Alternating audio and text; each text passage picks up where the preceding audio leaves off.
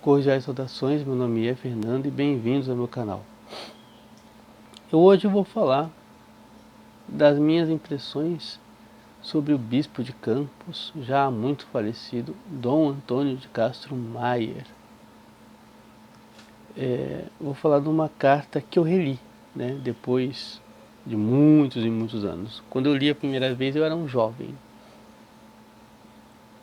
E aí ontem eu decidi retomar a leitura de um livro dele. Meu livro está todo velhinho, todo bem machucadinho. E esse livro não se encontra na internet, pelo que eu vi. Está todo machucadinho. Por um cristianismo autêntico do Dom Antônio de Castro Maier, bispo de Campos de Goytacazes. Tá? Hoje eu sou cristão ortodoxo, tá? Mas eu sou oriundo da igreja romana, né? E quando eu acreditava ser a igreja romana, a igreja de Jesus Cristo, a igreja infalível, a igreja que nada alterou, eu me tornei tradicionalista. Depois eu vi que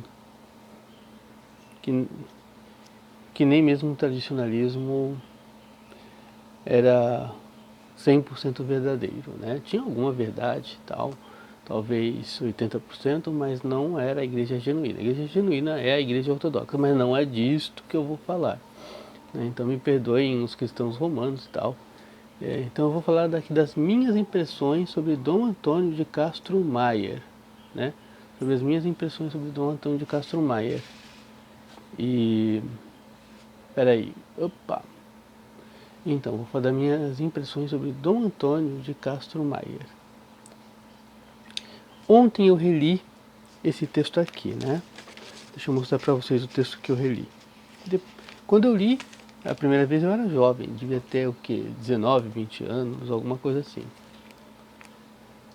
19, 20 anos não, minto. Não, eu acho que eu tinha, não tinha 19 ou 20 anos. Eu li, deixa eu ver quando. Eu li em 2000, então eu tinha o que? 25 anos, mais ou menos, quando eu li pela primeira vez. Eu era jovem, mas não era tão jovem assim. E ali essa carta pastoral sobre a definição do dogma da Assunção da Bem-aventurada e sempre Virgem Maria, do Dom Antônio de Castro Maier. E qual foi a impressão que eu tive ao reler essa carta? Primeiro que Dom Antônio de Castro Maier era um homem inteligente. Se eu fosse da igreja romana, eu gostaria de ser da diocese dele, gostaria de ser uma ovelha de Dom Antônio de Castro Maier. Gostaria de ser pastoreado por este bispo. Então, na carta, ele escreveu a carta no dia 11 de outubro de 1950. Então, ele estava antecipando a definição dogmática de Pio XII, que se daria no dia 1º de novembro daquele ano, 1950. E aí ele explica para os seus fiéis, o que é um dogma. Ele explica o que é um dogma. E sendo um dogma uma definição de fé para toda a igreja, é a obrigação do fiel crer. E Dom Antônio explica que dogma não é uma coisa nova. O dogma está no conjunto de verdades reveladas. Só que antes de ser dogma, não existe aquela obrigação de crer, mas faz parte do ensinamento revelado por Jesus Cristo ou por seus apóstolos. Então, é o que?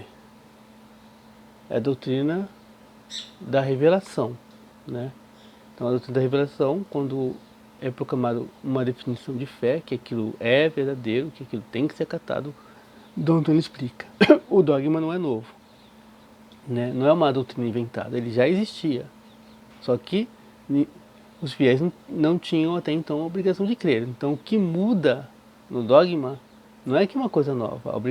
A coisa nova é a obrigação, é o dever daquele fiel, daqueles fiéis acreditarem nessa definição. Então ele explica muito bem, foi um ótimo professor, foi um ótimo expositor. E aí o Dom Antônio explica que nesse dogma da Igreja Romana, que é a Assunção, nesse dogma não existem documentos tal como os evangelhos. Então nós só vamos encontrar a Assunção da Virgem Maria, né, a dormição, nos livros apócrifos, na Bíblia apócrifa do Novo Testamento. Os livros foram escritos no século IV, alguns foram escritos no século II, né, no século II, ou seja, pouco depois da morte dos apóstolos. Então os cristãos fiéis, já no século II, tinha cristãos fiéis e ortodoxos que acreditavam que a Virgem Maria morreu, ressuscitou e foi levada ao céu de corpo e alma. Então, e Dom Antônio explica a função dos apócrifos. Os apócrifos são livros lendários e tal. Então, mas tem um fundo de uma verdade, né? Embora os apócrifos estejam cheios de lendas, né, o centro no qual gira um fato, no caso a Assunção, ali é verdadeiro. Ali o centro é verdadeiro, né? O centro da gravidade ali é verdadeiro, onde orbita todas as lendas. O centro, que é a história da Assunção, é verdadeiro. Pelo menos essa parte, né? Dom Antônio disse que faz parte da revelação. Então aquela coisa de dizer que a Virgem Maria morreu, ressuscitou, foi levada ao céu, aquele centro é verdadeiro, embora esteja cercada de lenda, né? Então essa é a função dos apócrifos. E ele cita padres orientais, né? Cita textos de São Germano de Constantinopla, de São Teodósio Sudita, dois textos de São João Damasceno, explicando que a Virgem não poderia se corromper, porque ela é a mãe de Deus, porque ela gerou a carne de Cristo, né? Então ela não poderia se corromper. Aquele que manteve a integridade de sua virgindade não poderia fazer com que aquele corpo se corrompesse, na explicação dos santos padres, né? O que é plausível, né? O que é plausível e é uma doutrina muito bela. Dom Antônio também explica que os únicos, tá, na Igreja Romana, lembrando que eu sou cristão ortodoxo, estou explicando como funciona a Igreja Romana. Então ele disse que a definição de fé só pode ser feita ou pelo Concílio Ecumênico ou pelo Papa, né? E aí ele explica, né, um pouquinho da infalibilidade papal, doutrina romana, evidentemente. E o Papa Pio XII, em 1946, ele fez uma consulta aos bispos do mundo inteiro, tá? Perguntando se os fiéis estavam prontos para aceitar o dogma, o que eles achavam, né? Então os bispos responderam. Poucos bispos não responderam porque estavam em regiões muito distantes ou porque estavam em regiões de conflitos e não puderam responder.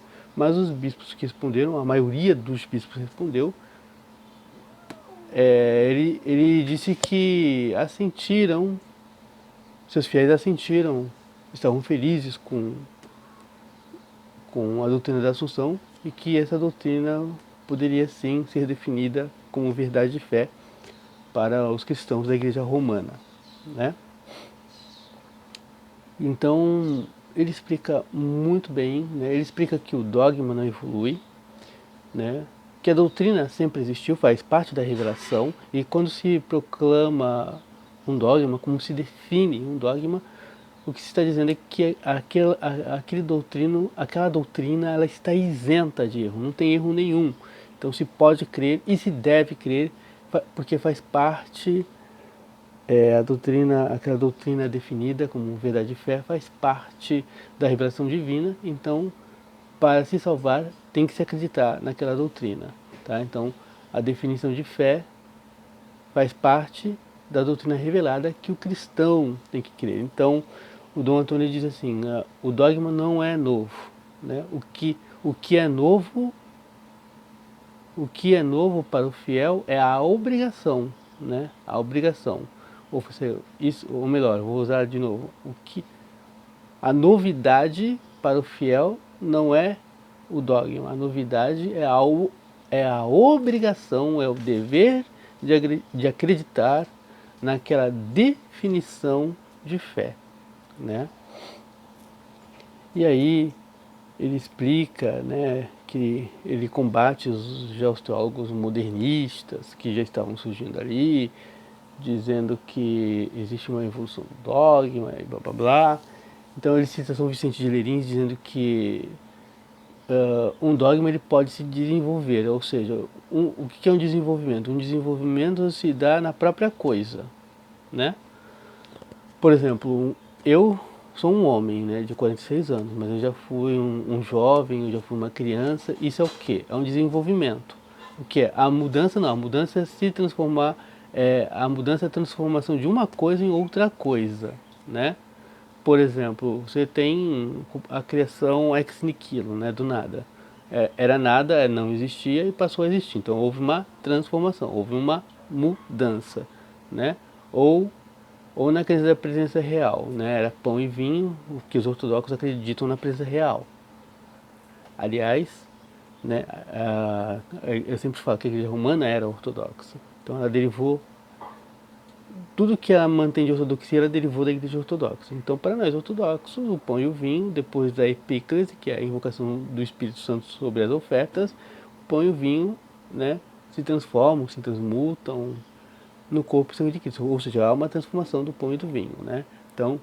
Então isso é transformação, é uma coisa se tornar outra, desenvolvimento é outra coisa. Então o dogma ele não muda, não tem transformação. Tipo, não existiu o dogma, agora existe. Não. Existia a doutrina, mas ninguém era obrigado a crer. Então, ou seja, existe um desenvolvimento do dogma, ou seja, aquela coisa ela cresce, ela aumenta, tem novas e melhores explicações, um melhor entendimento, mas não mudou, é um desenvolvimento de si mesmo. E aí ele cita São Vicente de Leriz e tal, né, explica muito bem. Então, a minha impressão é que Dom Antônio ele era um bom pastor, preocupado com a sua grey. Ele era um homem muito culto, muito inteligente e um ótimo expositor, né, um ótimo expositor da fé. Então, se o povo de Campos que lia suas cartas pastorais e se o povo de Campos que lia suas cartas pastorais o levava a sério, então o povo de Campos daquela época era um povo bem instruído, um povo bem fiel à fé romana, né? Então, para terminar o vídeo, eu posso dizer que eles eram bons católicos, né? E se você gostou do vídeo, deixa aí o seu joinha, deixa o seu like, que é importante para o crescimento do vídeo. Se é a primeira vez que você apareceu aqui, seja bem-vindo, seja bem-vinda. Se inscreva no canal, aperte o sininho de notificações para ser avisado, para ser avisada de novos conteúdos. Deixe seus comentários e, se puder, compartilhe este vídeo com seus amigos. Fui!